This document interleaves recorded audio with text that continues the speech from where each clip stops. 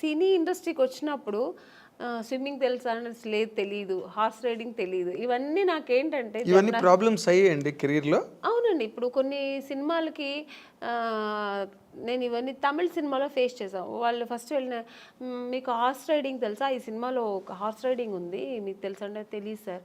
Okay. దీనివల్ల సినిమాలు నాకు అవకాశం లేకుండా పోయిన చా ఎన్నో ఇవి సంఘటనలు కూడా జరిగింది నాకు. స్విమ్మింగ్ అయ్యో! స్విమ్ సూట్ పోడను మేడం. స్విమ్ సూట్ ఏసుకోవాలండి. మేడం కాదు స్విమ్ సూట్ ఏసుకోవాలి అమ్మాయి. 2 పీసెస్ ఏసుకోవాలి. లేదా సింగిల్ ఇలా స్విమ్మింగ్ రాదా అంటే ఆ సినిమా లేదు. అయిపోయింది. అమ్మో! స్విమ్మింగ్ నేర్చుకోనందుకు ఇలా అయిందా? పైగా ఇంకొక ఎక్స్పీరియన్స్ ఏంటంటే కొన్ని విషయాలు కొంతమంది నాకు ఫ్రెండ్ సర్కిల్లో స్విమ్ తెలియకుండా నా ఫ్రెండ్ సర్కిల్ చాలామంది చనిపోయాడు.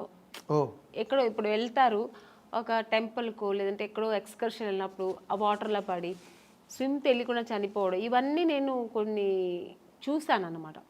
అప్పుడు నాకు ఒక భయం వచ్చింది. మనం నేర్చుకుంటే బాగుంటుంది. ఇవన్నీ జనరల్గా ఇవన్నీ నేర్చుకుంటే మనకు మంచిది కదా అని. అప్పుడు నేను మా బ్రదర్ వాడే నేర్చుకున్నాడు.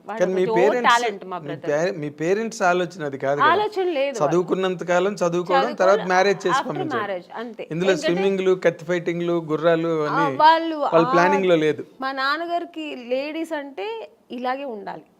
అయిపోయిందా పెళ్ళైపోయి సెటిల్ అయిపో, పిల్లలు కనుక్కొని ఒక ఫ్యామిలీ హోమ్లీగా ఉండాలి. మా అమ్మగారు అంతే. మా నాన్నగారు ఏం చెప్తే అదే మా అమ్మగారు. మా అమ్మగారికి ఎక్స్ట్రా నాలెడ్జ్ ఏమి ఉండదు. ఓల్డ్ టైమర్స్ అలాగే ఉండాలి. అందుకని నాకేంటంటే నేను నేర్చుకోలేదు, మా సిస్టర్ నేర్చుకో. మా బ్రదర్ అయితే వాడే అన్నీ వాడికి చెప్పాను ఓవర్ టాలెంట్. వాడు వెళ్ళి వాడికి ఏదైనా నేర్చుకుంటే వాడే వెళ్ళి చేసేవాడు. వాడు మగపిల్ల వాళ్ళు ఏం అనేవారు కాదు మా ఇంట్లో. నేర్చుకున్నా ఓకే నన్ను వెళ్తావా వెళ్ళి నేర్చుకునేవారు. మా సిస్టర్కి నేను నేర్పించా. మా ఇద్దరు సిస్టర్కి జిమ్నాస్టిక్స్ నాకేమేమి ఇష్టమో వాళ్ళ మీద చెయ్యండి అని చెప్పి నేను వాళ్ళని ఫోర్స్ చేసేదాన్ని. వాళ్ళు మార్నింగ్ పొద్దున మా స్విమ్మింగ్ మా అక్క పొద్దున్న 5 o'clock స్విమ్మింగ్ ఏందక్క నాకు తెలియ వెళ్ళు, నేను డబ్బులు కట్టేసాను వెళ్ళు స్విమ్మింగ్. ఈరోజు వాళ్ళకి అంత హ్యాపీ. మరి వాటి వల్ల వాళ్ళకి ఏమైనా ఉపయోగం జరిగిందండి? అవునండి. ఇప్పుడు ఒక స్విమ్మింగ్ తెలుసా అంటే సినిమా కెరీర్ లేదండి. సినిమా కోసం అన్న అవసరం. ఇప్పుడు స్విమ్మింగ్ సినిమాకనే కాదు కదండి. ఒక ప్లేస్కి వెళ్తాము, అందరూ స్విమ్ చేస్తారంటే దాంట్లో మనం వెళ్ళి నాకు స్విమ్ తెలుసు అంటే ఎంత గర్వంగా ఉంటుంది కదా. అంటే సినిమా ఇష్టం కాబట్టి దాన్ని ఎక్కువ ఎంకరేజ్ చేశారు. జిమ్నాస్టిక్ మా సిస్టర్కి జిమ్నాస్టిక్, పియానో, మ్యూజిక్ అవగాహన ఉండాలి. ఇవన్నీ తెలియాలి వాళ్ళకి, జనరల్ నాలెడ్జ్ ఇవన్నీ తెలియాలని నేను అవన్నీ వాళ్ళకి నేర్పించి పంపించేదాన్ని. చదువు ఒక్కటే కాదు ఇవి కూడా నేర్చుకోవాలి. బట్ టోటల్ గా ఫాదరు, మదరు, సిస్టర్ మీరే 3 పాత్రలు. త్రిపాత్ర అభినయం సినిమాల్లో చేయలేదు. కానీ నన్ను పిచ్చి టార్చర్ పెట్టేదాన్ని కదా, నువ్వు నన్ను ఇది లేవు ఇది నేర్చుకో అది నేర్చుకోవాలి అని అంటుంటుంది ఇప్పుడు కూడా. అదే మీరు సినిమా కెరీర్ లో చెయ్యండి, ఫ్యామిలీ కెరీర్ లో చేశాను. త్రిబుల్ రోల్ అన్ని చేశాను. వాళ్ళందరూ అలాగే.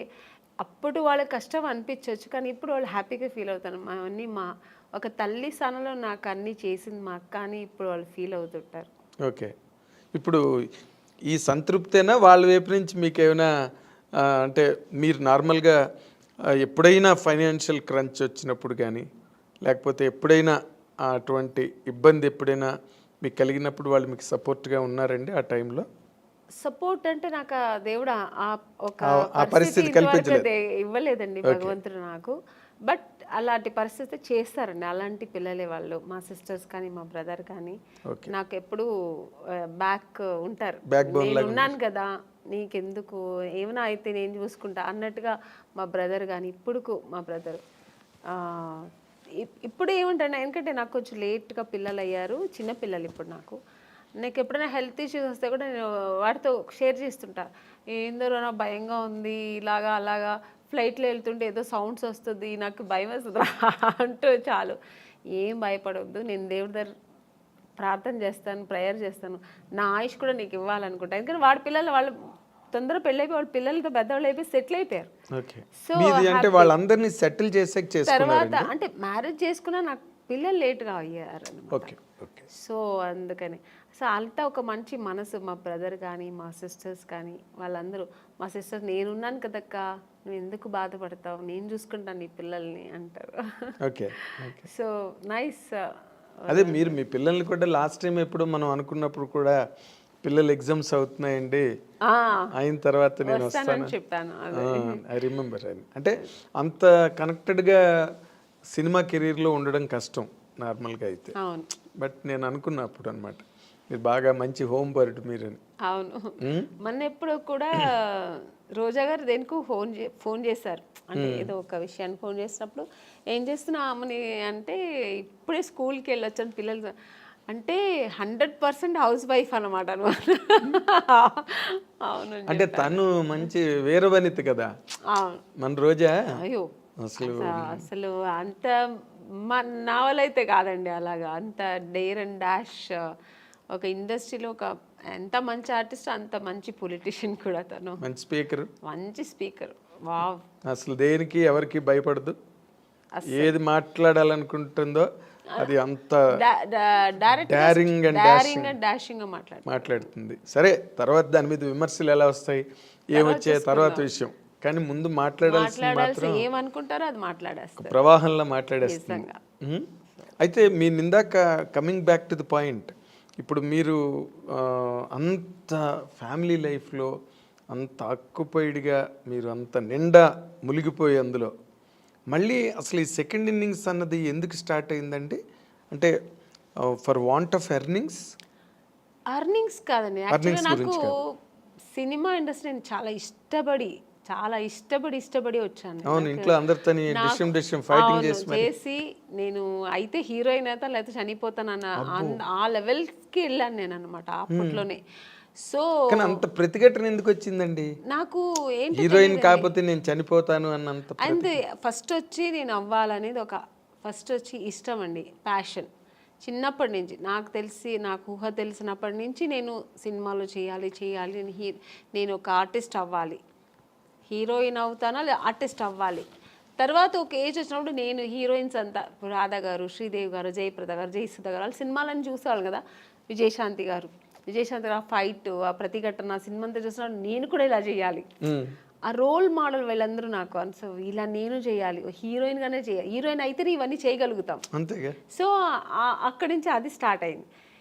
ఇండస్ట్రీకి వచ్చి ట్రై చేసినప్పుడు ఫెయిల్యూర్ వెళ్ళినప్పుడు మనం ఏమనుకుంటాం, మేము అందంగా ఉన్నాము, మాకు అన్నీ తెలుసు, వెళ్ళిన వెంటనే రామ్మ నువ్వు ఈ సినిమాలో నువ్వే హీరోయిన్ అని రెడ్ కార్పెట్ వేసి వెంటనే ఇచ్చేస్తారా అనే ఒక ఊహలో వస్తాం. నేనే కదా, అందరూ వచ్చేవాళ్ళు అలాగే వస్తారు. సో ఒక డ్రీమ్తో వచ్చినప్పుడు ఇక్కడ వచ్చిన తర్వాత ఇప్పుడు ఒక మౌంటైన్ ఉందండి, అది దూరం నుంచి చూస్తే అది చాలా అందంగా ఉంటుంది, దగ్గర వెళ్ళిన తర్వాత ఎన్ని రాళ్ళు ఉన్నాయి, ఎన్ని ముళ్ళు ఉంటాయి, దాన్ని అక్కడ ఎక్కడానికి ఎంత కష్టం ఉంటుంది అనేది తర్వాత తెలుస్తుంది. అది అందుకే దూరపు కొండలు నునుపు అంటారు కదా, అలాగే నాకు కూడా నేను అలా అనుకుని వచ్చాను. తర్వాత ఇక్కడ వచ్చిన తర్వాత అంత ఈజీ కాదు అనిపించింది. ఇప్పుడైనా మనకి ఇండస్ట్రీ చాలా ప్లాట్ఫామ్స్ ఉంది. ఒకవేళ హీరోయిన్ అవ్వలేదు, ఒక 4-5 సినిమాలు ట్రై చేసాం, దొరకలేదు అనుకోండి, ఓకే లేకపోతే ఏంటి మనం ఏదో చేసుకుందాం, యాంకర్ అవ్వచ్చు, దాంట్లో ట్రై చేయొచ్చు, సీరియల్ హీరోయిన్ అయిపోవచ్చు, చాలా ఉన్నాయి ఇప్పుడు మనకు ఆప్షన్స్ ఎక్కువ ఉన్నాయి, మోడలింగ్ చేయొచ్చు, దానికి తగినట్టుగా మనం మన బాడీని చేసుకుని మోడలింగ్ చేయొచ్చు, ఇలా చాలా ఆప్షన్స్ ఉన్నాయి. నేను వచ్చినప్పుడు ఇండస్ట్రీ ఓన్లీ హీరోయిన్ చేయాలి, లేదంటే సిస్టర్ రోల్, మదర్ రోల్, ఆ ఏజ్లో సిస్టర్ రోల్, లేదంటే ఫ్రెండ్స్ రోల్, ఇలాంటి తప్ప ఆప్షన్ లేదు, ఇంటికి వెళ్ళిపోవాల్సిందే. నాకేమో అది ఇష్టం లేదు, నేను చేస్తే హీరోయినే చేయాలి. అలాంటప్పుడు ఎన్ని కష్టాలు నేను ఎదుర్కోవాల్సి వస్తుంది. అవును, మనం కండిషన్స్ పెట్టుకుంటే కష్టాలే. సో అది అప్పుడు అసలు ఎక్కువ కష్టాలు ఫేస్ చేశారండి బిగినింగ్ లో? తప్పకుండా అండి, ఎందుకంటే నాకు చెన్నైలో ఎక్కువ తమిళ్ ఇండస్ట్రీలోనే ఎక్కువ నేను ట్రై చేశాను. నాకు అప్పుడు తెలుగు టచ్ లేదనమాట. అక్కడ తమిళ్లో ట్రై చేసేటప్పుడు మా నాన్నగారు ఫ్రెండ్, ఫ్యామిలీ ఫ్రెండ్, ఆయనకు కూడా తమిళే తెలుసు, ఆయనకి తమిళ్ అతనే ఆయన కాబట్టి తమిళ్ ఇండస్ట్రీకి ఆయన నన్ను చుట్టి తీసుకెళ్ళేవారు అనమాట, కంపెనీస్ అక్కడ ఉన్నారెళ్ళమ్మా అక్కడ. సో ఇవన్నీ అక్కడ ఫేస్ చేశాను. బట్ నేను తెలుగులో ఫేస్ చేయలేదు, డైరెక్ట్ హీరోయిన్ అయిపోయాను. ఓకే. నేను అనుకొని వచ్చాను కదా, అది ఇక్కడ దొరికింది. అక్కడ చాలా కష్టమైంది. అంటే ఇక్కడ వచ్చేప్పటికి చాలా ఎక్స్పీరియన్స్ అయింది నాకు. అంటే అక్కడ ఒక ఎస్టాబ్లిష్డ్ పొజిషన్కి వచ్చాక కదా ఇక్కడికి ఇక్కడికి వచ్చింది. వచ్చాను. అక్కడ ఎస్టాబ్లిష్ అవ్వడానికే ఎస్టాబ్లిష్ అవ్వలేదు. చేస్తున్నప్పుడే అంటే హీరోయిన్ ఛాన్స్ దొరికింది. నేను పడిన కష్టాలకి హీరోయిన్ ఛాన్స్ దొరికింది. బట్ నేను 100% అక్కడ సక్సెస్ అవ్వలేదు. ఇక్కడ సక్సెస్ అయ్యాను.